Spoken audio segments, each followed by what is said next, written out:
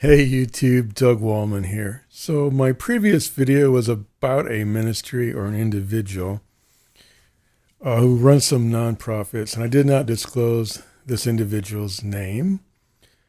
I still won't, but no worries. You'll get to hear the name and the ministry. I'm going to go ahead and release a video I was watching. I'm going to include it in my video. It's going to copy it on mine, the audio and the actual video. This was a woman who had worked for this particular ministry, and she shares her experience, her passion, and how things kind of took a rather grand turn for the worse. Not sure if that's the right way to put it, but she's going to describe it in her own words. This is um, one of several testimonies, we'll call it. And plus, I've heard some testimonies from people who weren't even directly involved, but they have an insight to share. But I'm only going to do like one video at a time if I decide to keep going with this particular topic. So in one sense, I do apologize for not being more upfront, just saying who it is, but you're going to find out anyway, coming up here right now, just within maybe a minute. What else do I have to say? It's unfortunate that I have to go down this rabbit hole, so to speak, because there's plenty of positive things I could be sharing. Like, I really enjoy listening to Catherine Toon, to Dr. C. Baxter Kruger, and there's things I could share from those particular ministries that would maybe be a little more uplifting. But I do nonetheless believe this is very crucial to share this perspective, just to be aware and have discernment, not just cloaked as discernment or cloaked as wisdom being discernment. It's both. It's wisdom and discernment to be aware of these issues that just erupt. People try to keep it under wraps out of honor, out of the culture of honor, which I think is, a good thing. But at some point, there needs to be some accountability. And anyway, this is just this one person's, I guess would call it inside story, but it's not anymore because she's coming out and sharing, I'm going to call it her testimony. Now, I think these people could be called victims, but I don't know if that's the right word. I'm going to call them betrayed, actually. It perhaps may be on that level. Now, is there hope of restoration? I don't know. I think the personalities maybe involved are just so headstrong. It's just unbelievable, but God can do anything. We'll go ahead and take a listen. It's going to take, I think it's roughly a 50-minute video. So you can listen to as much or as little as you want to. Leave your thoughts in the comments, and I will get back after the next portion of the video. And thanks for watching and listening and just giving your insight and just being in prayerful mode. I know this could be misconstrued as gossip, but I don't think it is. Really, honestly, I think it's time for people to be held to account. And it's because of the fear of it being gossip or whatever, slander, that these things continue on as they have for probably years within, maybe not to this extent, but I think this kind of almost a cancer, as it were, is things go unchecked. No accountability. Anyway, let's listen. Actually, sharing something that I actually never even imagined that I would share, ever wanted to share. Truthfully, it's a place that's uncomfortable. It hits very close to home, but there's a lot of things going on right now. In direct correlation, and specifically, friends have come directly to me that are associated with what I'm about to talk about and asked me to share my story because they were part of it and they know what I went through, and they believe that it would be a help to other people. And so because of that, and I also I truly believe I'm not dishonoring anyone with what I share. And I've really prayed and had, I've had God speak to me about honoring. And so this is kind of the biggest thing is that I do everything that I am about to share in a place of honor. So, there's a lot of things coming up right now regarding Sean Foyt, regarding allegations in regard to spiritual abuse and finances and handling, like how he handles his team and all of those things. And I worked for him, and personally, so basically I worked directly under him for 2 years, but I've been aware of Sean Foyt for years before that. I lived in Redding, California, and was in Bethel's School of Ministry, School of Supernatural Ministry. And while I lived there, in Redding, California for school, I actually lived in the same neighborhood as the Foyts, and friends of mine that I was nannying for at the time also lived close, so they were always dropping kids off at school together. So I ended up babysitting for him and knew his wife way before I ever did anything for the ministry. And I've had a huge heart for missions, and even moved to live in the Middle East, lived in Kuwait. And friends of mine were part of the Light a Candle when they were in 3rd year and ended up serving under that ministry long term. So like people that I had been in school with ended up working for Light a Candle. And in the middle of the COVID lockdowns, these friends knew that I'm a missionary, that I've lived in Kuwait, that I have a huge heart for the Middle East. And when the COVID lockdowns were going on, I started seeing all of these Let Us Worship things coming out. And there was this amazing, beautiful, just passionate expression of the kingdom that was happening. People were getting baptized. They were coming to Jesus. There were just these wild open air worship service things that were going on. And I had in the middle of COVID kind of had my own stance of no one's gonna stop me from worshiping. And so I really connected to the message, and in a lot of ways I had already connected in my heart to other things that Sean had done politically and as a missionary with the Light a Candle side of things. So I'd never thought of anything to do with working for him or in any way having anything to do with that, but just seeing the Let Us Worship events, I had this little prayer in my heart that I'd asked God for the opportunity to get to do one of those events. And that was all I wanted. I wanted to maybe baptize someone or be on a prayer team. I don't know. And in December, my friend who was part of Light a Candle reached out to me and said, hey, we're going to have a team come to Florida. I was living in Florida at the time. And he said, would you be open to being on our Light a Candle trip? It's going to work right alongside with the Let Us Worship event. So we'll actually be doing 2 Let Us Worship events, but we'll also be doing evangelism and just worship nights and things. And I prayed about it, and I said I would do it because I felt the Lord on it, and the total that I needed for that trip came together in 45 minutes. I posted and everything just financially fell into place.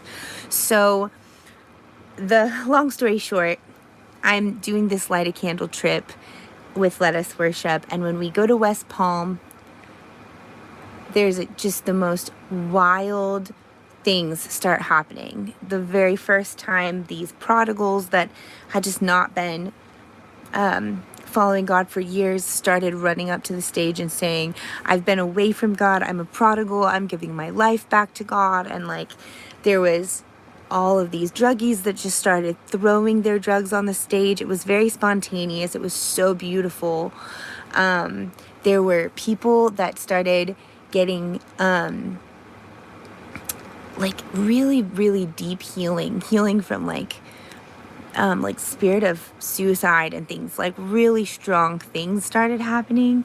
And so that was basically the moment when the leadership team and Sean decided we're going to stay here longer. And everyone else that I was a part of with that trip decided that they needed to go home. I decided that I felt God on it, and I had my car, and I spoke to one of my spiritual leaders, and they were like, what's the worst that could happen if you stay? And I was like, I guess nothing. Like, I go home. If I run out of money, I go home. And so I just stayed, and it went for 11 days straight. And that whole time, I was just like there, part of the ministry team. Like when I would go, like basically during worship, I would just be there with the Lord, and he would point out people to me, and I would just go through the crowd praying for people and watching the Lord minister to people, and some people got healed, and it was just really beautiful. Like there was people that got delivered from demons and things. It was just so special, and the Spirit of God was definitely moving. And at one point, and this is basically where it all started for me. I knew the leadership, the Let Us Worship leadership and stuff, and I had been this is earlier even in that maybe like within the first 7 days, there was a leader up on stage, and he said, pastors and leaders, like, we want to honor you for praying and sowing into, or like sowing in prayer into this movement. It's because of you that this is happening. And I just was like, yes, Lord, bless these leaders. And I literally got just hit in my spirit, and I ended up on my hands and knees on the ground, and the Spirit of God spoke to me and said, you prayed for this, and I want you to steward revival with this movement. God's saying to me, you've been praying for revival, and I want you to steward it with this movement. And I knew it was a call directly from God. And I knew that he was asking me to do the scariest thing ever, which is just to like lay my life down and not know how anything is going to work out and just say yes to God. And so that's what I did. And I asked God, like, how am I even supposed to help this ministry? I'm not employed by this ministry. I don't know what to do. And he like basically pointed out to me the 2 interns that have been serving this ministry. One is like Sean's assistant, and he says, go tell them that you'll do anything. So I get up and in tears go and tell them I'll do anything. And that's when my journey with Let Us Worship began. And that night I met Sean verbally for the first time. It's like I'd been kind of, like I had mentioned, I'd babysat for him. He just didn't remember me or acknowledge me. And that night I really remember specifically saying to him, like, if you allow corruption or anything into this, if you don't honor what God's doing, then it will fall apart. Because I had watched other movements do the same thing because they had allowed sin in. And that was my words to him. And basically I was invited, like I was in the car with Jay Koopman and Sean, and Jay was like, hey, listen, like, you should just know that lots of people will just give to you because you're with, like, you're helping Sean now. So you just tell people you're a missionary and you're doing things with Sean, and like you're volunteering for free, and people will give to you because there's just a lot of extra money out there. So I will say there were people that were excited at first. I would say for maybe like 2 months.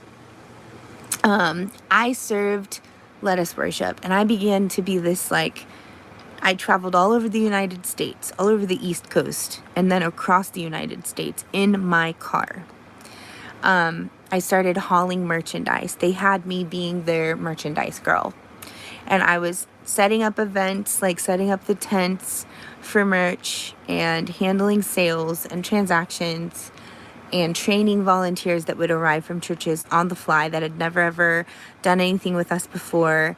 And there were some people that had been part of the team that they had gotten like really inspired by what I was doing, and they basically asked me in Alabama if they could come along, and I ended up inviting them to join me.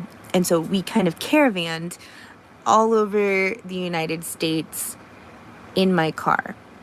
And there was multiple points where I was going full on faith. I wasn't given food or lodging or anything. I was carrying a lot of their merchandise in my own car. Sometimes I was pulling vehicles for them, and I was handling a lot of the details of like the merchandise stuff. But I was just a volunteer. And so most of the time there wasn't anywhere for me to stay, or like whatever food or anything like was available wasn't usually available for me or for the other volunteers that were with me. But I did camera sometimes, like a little bit of camera work. There was a few times that someone just, like one of the team members just shoved a camera, like not a video, like not to like do live recording, but like an actual like digital camera in my hands, and was just like, go take pictures. And I think it was all just kind of like there was limited, there's like a skeleton team, and sometimes there was just need for things. And so I was just like saying yes all over the place. And I kept doing that. I even got back to California, felt God say, leave my car in California. And then I just flew back, bought tickets and flew back to the East Coast, and was getting rental cars and going up and down like different parts of the East Coast. And really just like wearing myself completely ragged, driving everywhere because of the yes that I have on my life. But I started really feeling lack of covering. Like I know that God provided that whole time, but there were so many times when I like was just like, I'm so exhausted. I'm arriving at these cities. I'm helping to get things set up, but I have no idea where I'm going to sleep. And then somehow the Lord opens doors, you know, or just like, mostly it was sleep. It wasn't as much food, but it was definitely just like this exhaustion and driving so much. And like, I literally drove until I was in shock a couple of times and shaking and cold, which is kind of an intense thing. But, it was just pushing so hard and being minimal hours of sleep and running full speed and training and handling lots of things. And so, I did that. And then I was in Alabama. Tennessee. And at this one place in Tennessee, the short version is that I was manning the merchandise tent, but I was always able to go and pray for people, and that was my favorite part.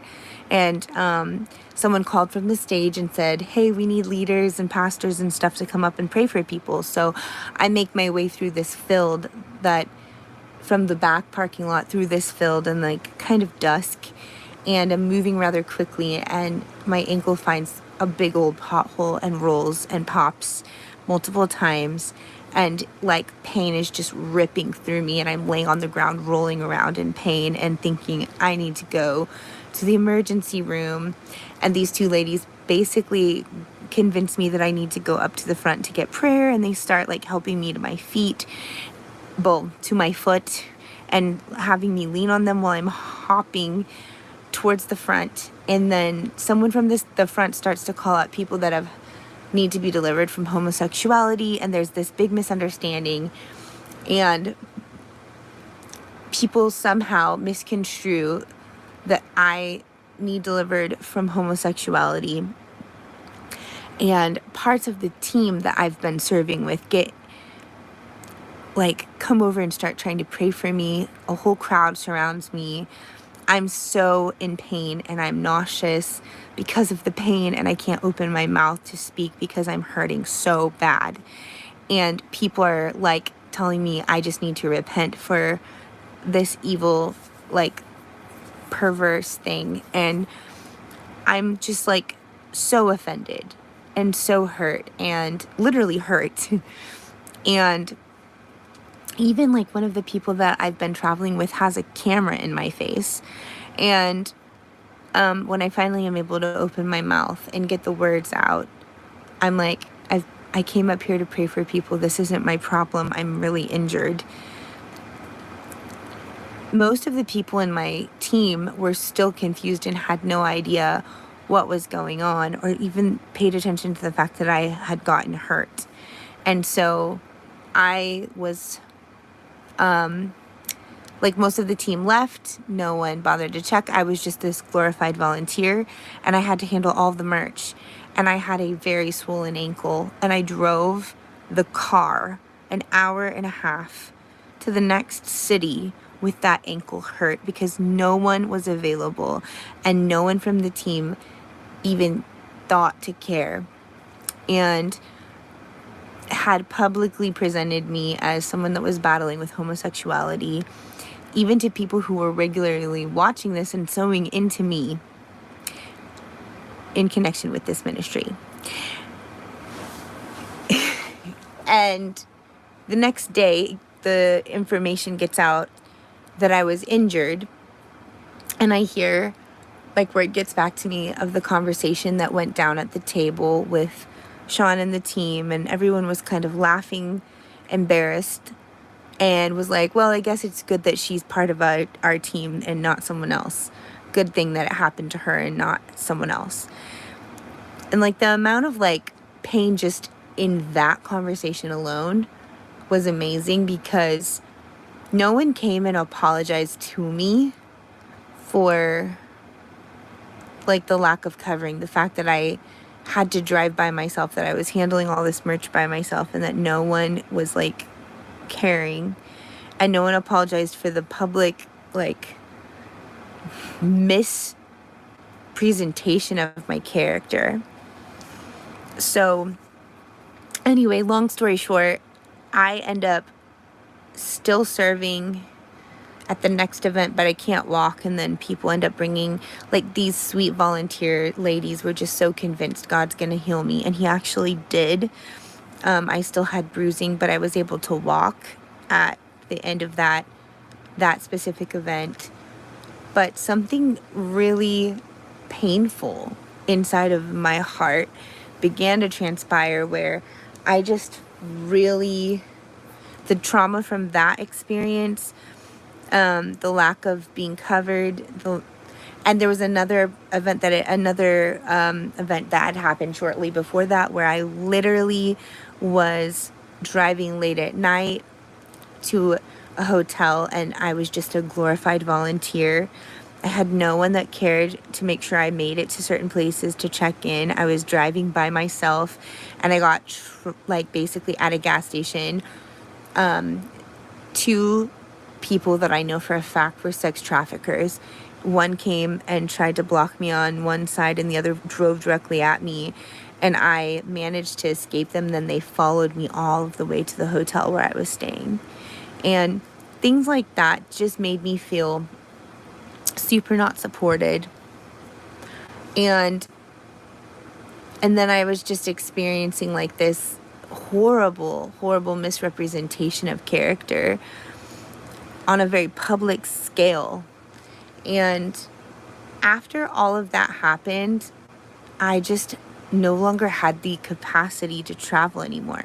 It took all of the like momentum out of me. I had been going for like probably like 5 months, maybe almost 6 months, just full blast, and I had no more momentum. And I felt the Lord say, go back to Redding, California, and serve the ministry from there. And so I moved back to Redding, California, and let the people know. And the whole time it was for the Lord. I never ever was like, even like, oh, I'm serving Sean Foyt. It never was about that for me. Never. It was always, I was serving the Lord. And basically, long story short, I was handling or helping in all kinds of different administrative and organizational ways, using the gifts that were on my life. And there was a lot of times that I was giving like probably at least 12 hours a week to 30 hours a week to serve in some capacity with the ministry, which the support stopped almost right away. When I made it to Reading, all of the support that I had been having stopped. So I had to start being creative and finding other streams of income and kind of working on the side. And in order to serve the ministry, I had to work and kind of entrepreneurially create like a little business. And so needs opened up for a position. One of the other team members stepped down, and then need for being the director of merchandise opened up. And I had already been handling and organizing all of the merchandise, all of the things that were involved with kind of like the shipments and putting them into order and getting inventory and making sure everything was accounted for, and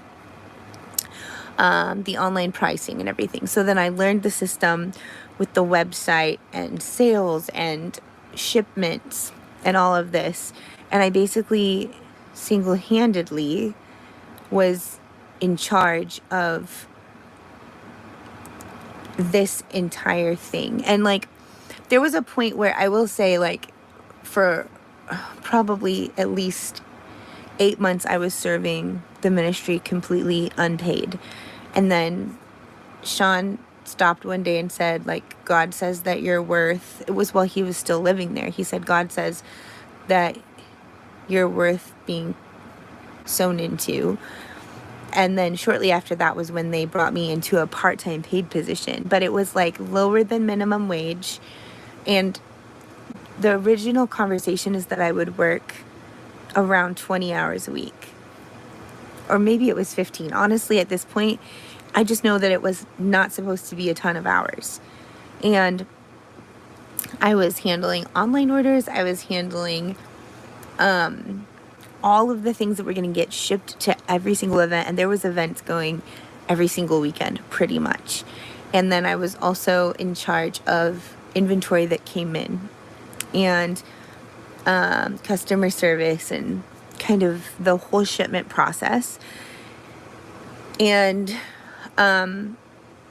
then I kind of had started writing little tiny prophetic words on each package, just out of a desire to send something connected with like the heart of the ministry. So I did that consistently, but when Sean brought me into that part-time position, the agreement was that it was going to be for just that set amount of hours, and that I would also have the opportunity to travel, which was the thing that brought the most joy to me. There was me and one other girl, and we were supposed to rotate. And I was supposed to be given this opportunity to have my trips covered when I would do that, and I would be able to go and pour out, like, go handle merch, and also be part of like the prayer and ministry team for the trips. And an entire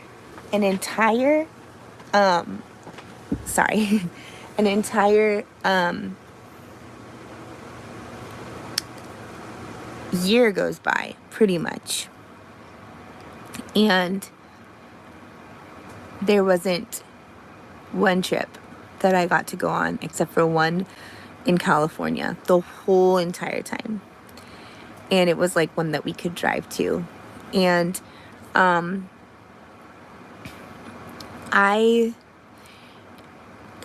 honestly, the measure of like really, like, there was abuse and like there was mostly neglect and stuff before, but the measure of spiritual abuse that I experienced was it was just really palpable as I was in this like full-time role. As just a volunteer, I was just extremely neglected and under cared for, and it was just like, you just deal with it, you know. And I was just, at that point, I was just like, I'm serving the Lord, I'm a missionary, I have a huge heart for like doing things that bring glory to God, so I don't have qualms, because I'm just like, take it up with God, he's my boss, you know. But serving under Sean, there was so many components that were going on. It's a skeleton crew. I'm handling the entirety of the merch. When Sean lived in Reading, it was different, because it was almost like he kind of, if you're in front of him, he sees you. If you're not in front of him, then it's like you don't really exist, you know, unless you do something wrong, and heaven forbid you do something wrong, because then he's just super, super irritated, and it better not happen again, and you have to get it fixed. And there was like some misunderstandings and things that got put on me that weren't my fault, and the amount of pressure that everyone that's working for him feels to get things accomplished quickly and right is just intense all of the time. And the amount of, like, with Let Us Worship, there was events, and there was like, there was Hold the Line events, there was Let Us Worship events, and there was I can't even think of the other one. There was basically 3 different things that were happening all of the time. And then that didn't even touch the Burn 24/7 and Light a Candle things, which those ministries felt almost like they were the redheaded stepchildren, because at that time Sean was giving so much of his energy to the Light a Candle stuff. But Light a Candle was going at such a fast pace, such an intense pace, to just get everything accomplished and to schedule everything and communicate all of the stuff. And Jay Koopman had been hired to be a pastor, but he was not pastoral to me ever. There was not one point when he checked on me, touched base, tried to see how things were going. It was like maybe he talked to people when they were on the ground, but he never ever pastored me. He never even acknowledged me as a person. And when Sean moved, which there was multiple things that I felt really taken advantage of across the board. I helped him with his move, helped his wife a lot. And there was things I was supposed to be paid for I never got paid for. Babysitting and in connection with the move. And I just literally was like baffled. I was like baffled at like the fact that it was so easy to forget the people that have helped to do things that were really important. And I even like brought extra stuff in like a big old shipment, like I don't know, less than a month later, and there was still just like no desire to remember or to make right like the things that I had helped with that I should have been paid for. And then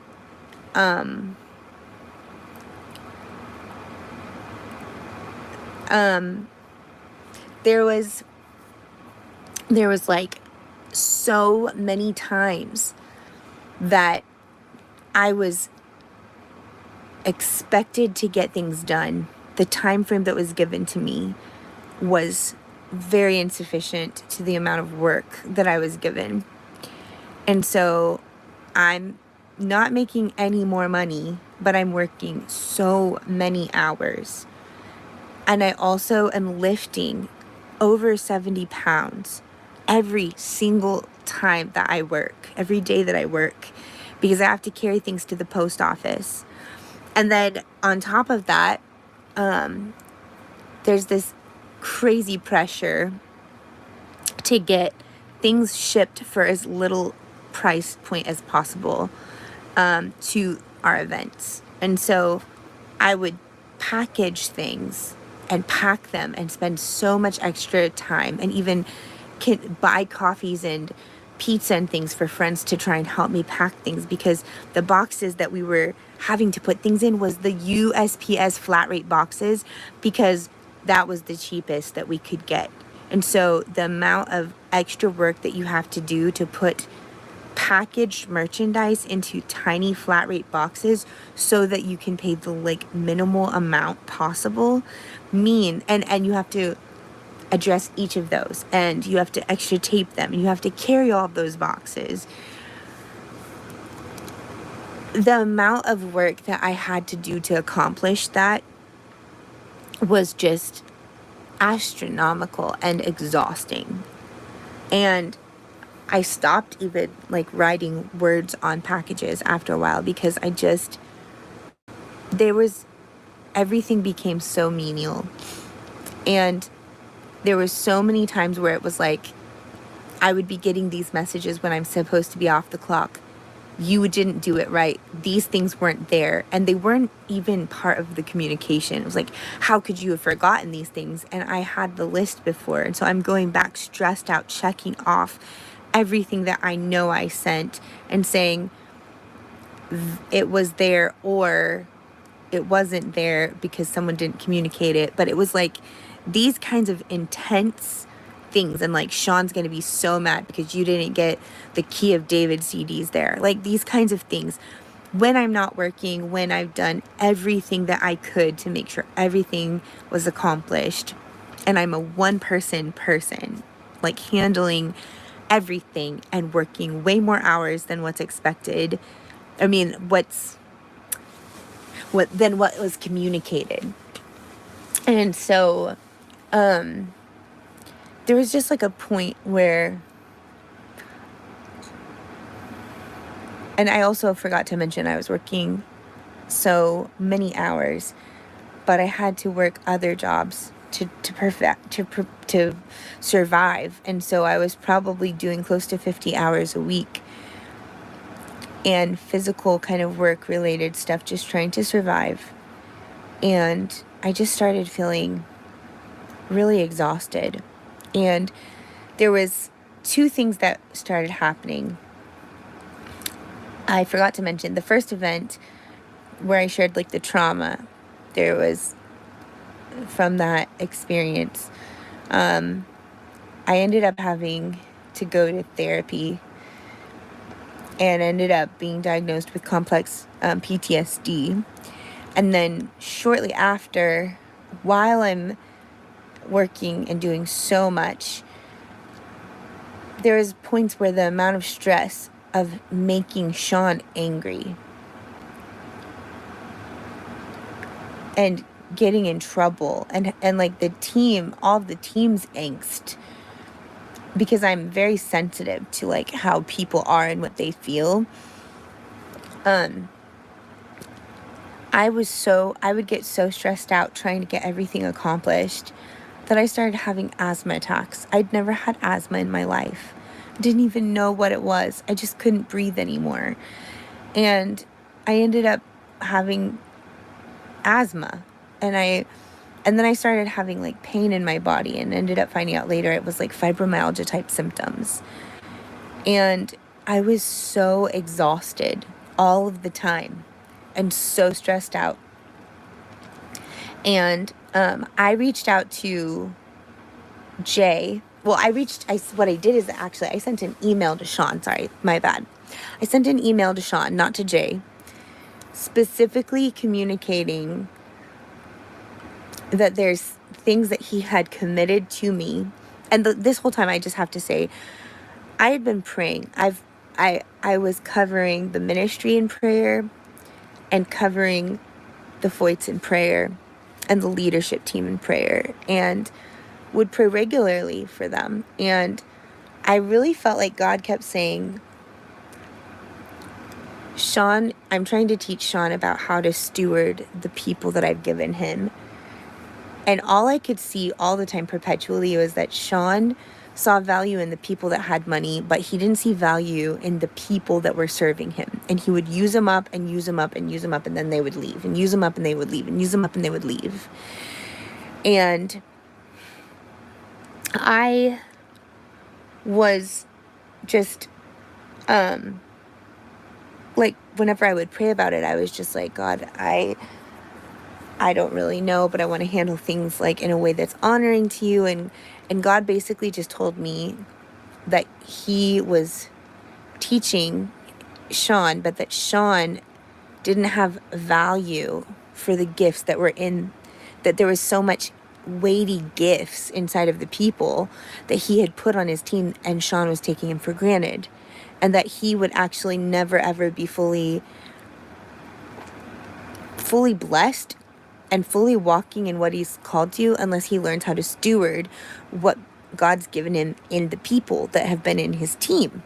And so I would always pray for that. I would pray for Sean to like see what God had given him in the team. And I ended up sending a message to Sean in the midst of like basically my body collapsing, and said like, hey, you told me when you brought me on part-time that I would be able to travel. I've not been able to travel. On top of that, I'm not physically doing so well. And I also need to be making more money. I'm working way more hours than I should be. And I need compensated for what I'm working. And so I get a call from Jay. Meanwhile, I should mention, he's supposed to be the pastor. I have no equity with this man. He spent no time investing in me or pouring into me. And honestly, there, like, a lot of different times, like, I'm not saying Sean is like a total, bad person or anything, but like the experiences across the board with different points was like kind of like men are just more appreciated in that ministry than women. There's like a misogynistic kind of approach, and I am not a feminist, absolutely hate the feminist movement, but just that experience of just like the value of men, it just kind of grates you when you're just like, wow, if only I could have a penis, I could make people feel better about me and what I'm called to do. I'm being so sarcastic, but it's not very fun, really. And anyway, so I get this like call from Jay Koopman, and he's basically just like, hey, yeah, like the reason that you're not traveling is just, it doesn't make sense. It makes sense for the other girl because she's in a space where it's easier and we can pay for her tickets for cheap. And basically like, that's it. You're just not going to, and you need to just like get kind of like past that. And, like Sean's not pastoral. There's nothing that we can do about that. And you basically just need to kind of like decide, do you want to be here or do you not want to be here? It was such like a cut and dry, rude, blatant conversation. And I was just like, wow, I've been serving this ministry and serving my literal self into oblivion. And this is all I get. I don't even get a personal conversation. And I get told by Jay Koopman, just deal with it, like it or lump it. And so, shortly after that, Sean comes to town because Bill Johnson's wife, dies. And so he's coming to pay his respects. And because of that, he sees me. I'm there. So he actually recognizes I'm there and a person. And so he sits down and has a conversation with me, and I tell him, like, the thing that brought life to me is being at these events. I've not been at an event. I've not been able, you made a promise to me that I would be able to go to some of these events and I could do some kind of ministry. And he kept saying, well, you write prophetic words on packages. And I'm literally like, and then I tell him, I'm like, this system isn't working. It's so hard putting this all into these tiny boxes. The amount of hours I'm working, my body isn't okay. I'm a woman. I'm carrying way too much. I'm doing way too much. And I'm not getting paid enough. And the things I had requested was that he would increase my pay to the hours that I'm working. Even though it was below minimum wage, I just wanted to get paid for the amount of hours I was working. I wanted to be able to travel as I had been promised to do some events. Like, it was supposed to be every other. I should have been able to have gone to like 14 at least. And I went to the one local one in California that we could drive to. So, and then the other thing was like, this is actually really hard on me and there's no solution. This isn't helping. And he said, hey, can I get with God and pray about this and get back to you? And so I was like, well, that's honorable. So I was like, sure. And then like 2 weeks go by and I'm not hearing anything. And I know how Sean works. We're fast-paced movement, out of sight, out of mind. He's not, like, I'm not going to say he didn't pray, but he never got back to me. And I ended up sending a letter and saying, hey, this is it. That was what I needed. It wasn't met. I need to step down. I'll train my replacement. Even the training my replacement process was not a fun time. The stress dynamics, the amount of things that they tried to squeeze out of me in my last moments was incredible. And at the very end of everything, I left that ministry in burnout mode. Completely. Not spiritually. My relationship with God never ever faltered. But I was completely destroyed. Like, physically and emotionally. An absolute just wreck. And it took me at least 2 years to get to a point where I was a functioning human again. I couldn't even work normal amounts of hours. The amount of exhaustion, the like serious like just wear on me, the amount of PTSD that I was battling from being in that ministry, like, it was so intense. And there was definite points where I was thinking, am I even like gonna be able to work?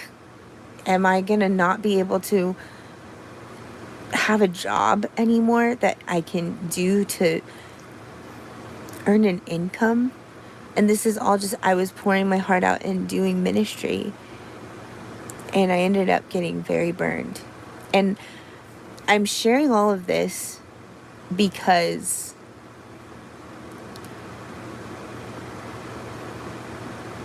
there's people out there that have been serving ministries and giving everything because they love God.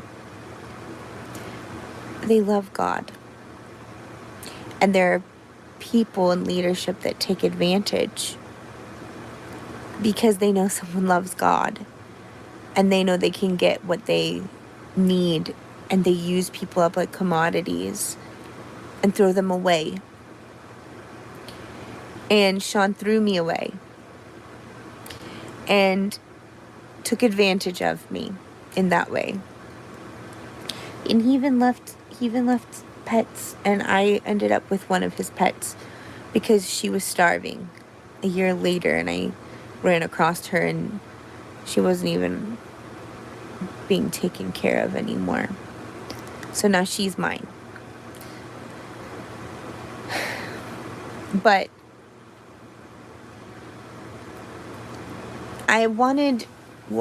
the reason I'm sharing this is because, Sean's being investigated for different things, and I never ever would go on anything to, call him out or do anything dishonoring. But I'm doing this for people that have served and are serving a ministry, pouring themselves out and being used up. Ask God if there's a time frame that you should step out, and don't just feel like because God had you in a space doesn't mean that you're supposed to just stay there perpetually. There's a point when people need to leave, and when I stepped out, it created a chain reaction, and shortly after I left, multiple other people in the ministry suddenly had courage to leave too. And I'm not taking credit for it. I am not. But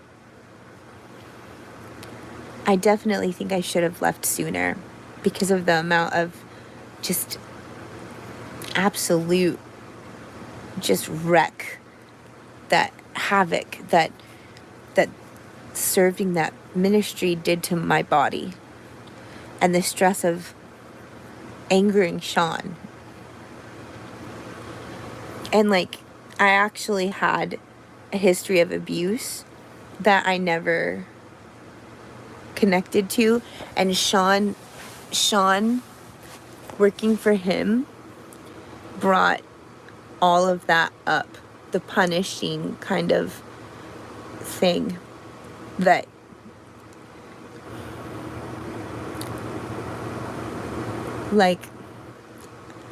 it was never okay ever for things to not be done the way they needed to be. And it tied to all of this abuse that I went through as a child. And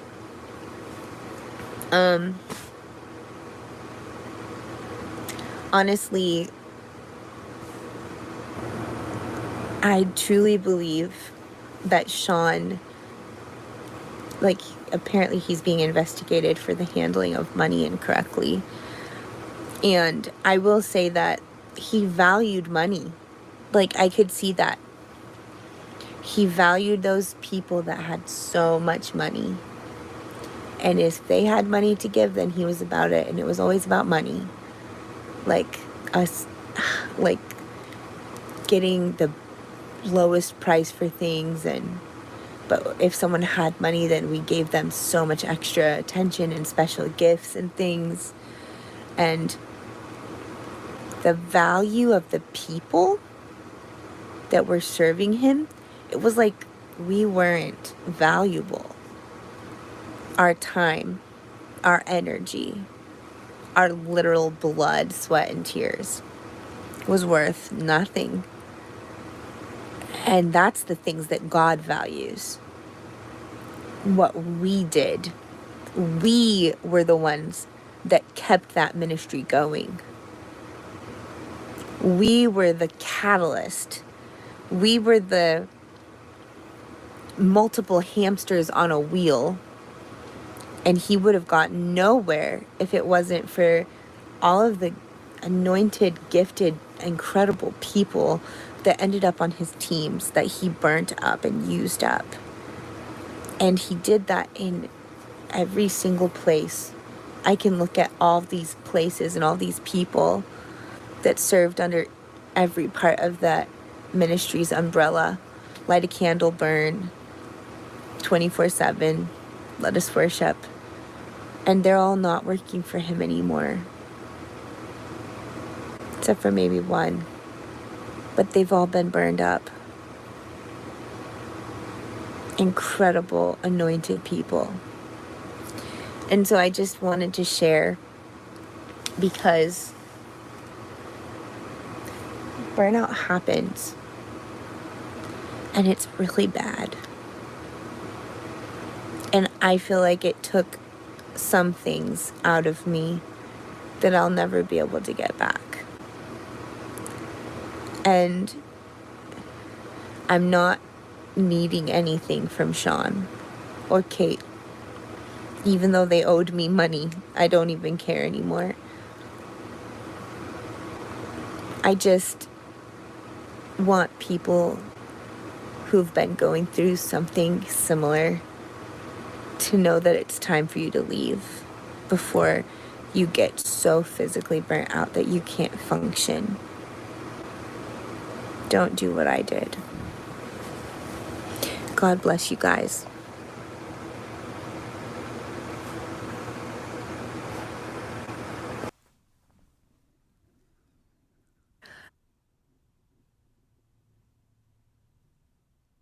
All right. So I'll give you a chance to listen to that. You could listen to as much or as little as you wanted, like I had said before. What are your thoughts? I think that was a sincere individual, sincere lady giving her testimony. Me and me, you may have her thoughts on some issues or some things, but all in all, I'd say that was pretty sincere, pretty honest, pretty forthcoming, reflecting the events that unfolded, how she experienced it from a place of passion, and how it kind of shows that we need to be aware, even within our passion and our desire to be surrendered. I think it's partly why I did a video, and I wasn't sure why I was doing that for that previous video. It's probably maybe 3-4 videos ago. I said something about advocacy versus surrender. I think this is why we need to have surrender, but we need to have our eyes wide open, so to speak. And I think this kind of provides me with a little bit of feedback as to why I was saying what I was saying in that other video about surrender versus self-advocacy. I think this is a prime example why. Because we are vulnerable nowadays, and we want to have our ministries. We want to do the Lord's. We want to partner with God. I was going to say the Lord's work, and that's good. I think some of us want to be used by God, and I did hear some correction on how that was used by, was it Paul Young? And he pretty much loathes that terminology, being used by God. We're partnering with him. So it's not a matter of seeing how much you can be exploited. It's you want to partner. And of course, someone could use that word and it could still mean, being used in a negative way. So I just wanted to share that video. I may or may not share some more videos along that line. I don't know what people think of me just grabbing people's videos and putting them on my own. But really, I thought, since my Achilles heel is actually summarizing effectively, I thought this would be a good way to summarize, even though it's quite long. It's probably not a summary, okay, because it's kind of the full detail of this person's testimony. And I don't know, she may have more on her channel. You're welcome to figure that out.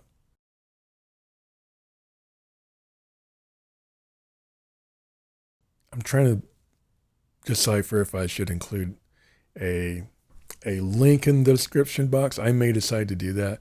Otherwise, you probably caught her name on the video, and you could look up her channel.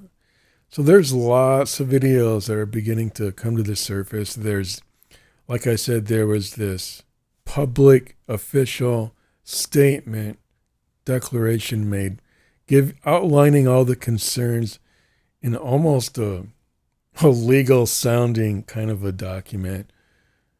Maybe it wasn't quite to the point of being legal, but I think it was presented in such a fashion that it's more than just compelling. I don't see how this doesn't weigh in towards some correction. So there's even more than just what's going on internally. There's what's going on externally, and how this gentleman within this ministry is rather inflammatory in how he goes about his methodologies, getting the other side all worked up. So like if it's not enough damage considering what's going on internally, consider what he's doing externally. And if you look, there's some references to how he handled situations in Canada, and how he probably did some baiting and misconstruing things, kind of manipulation, gaslighting, and so on and so forth. So I'm really sad to see that's what it's come to. But then in his words, he said, because of how the Church of Canada has come to the point they've come to, where they're, I don't even want to get into it. That'll be another video if I decide to do it. I think that's enough said. For those of you who listened to the whole testimony, thank you. Testimonial, or the almost like a mini documentation of what's going on behind the scenes and what it's like to be a part of that ministry. So there's also men who give their testimony to people even in higher position, like regional manager. He gives his testimony. I won't include that here because he's suffered through long enough, but maybe in a separate video I'll give some more information. Maybe not. Maybe this is enough. You can kind of do your own research if you are interested in this topic. But yeah, it's very disconcerting that ministry has kind of come to this point. But once again, it's kind of people going rogue and not being held accountable. Or if they are, it's to their own self-created board of directors or whatever. And you know, the ironic thing is, I like the idea of going rogue and doing my own thing, for example, and I would totally do it. But my impact, I wouldn't be quite so far-reaching. I'd probably keep it a little more intimate and small on purpose, both on purpose and just the fact I don't have that kind of a vision anyway.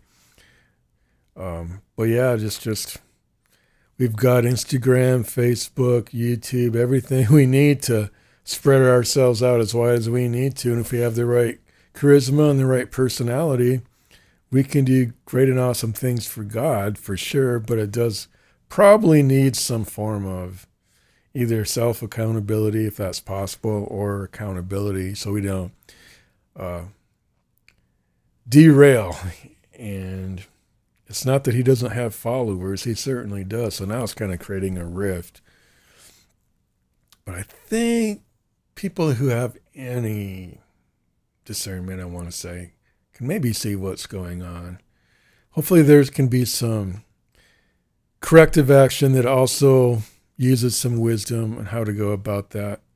I don't personally know how you would do it, but I think the letter that was made public that I referred to in the last video, I think that's a really good starting point, because that came about through some prayer and some serious reflection and some accountability within that as well. So I think that'll be it for right now. Thanks for watching. Do remember to like, comment, and subscribe, and we will see you in the next video. Thanks for watching.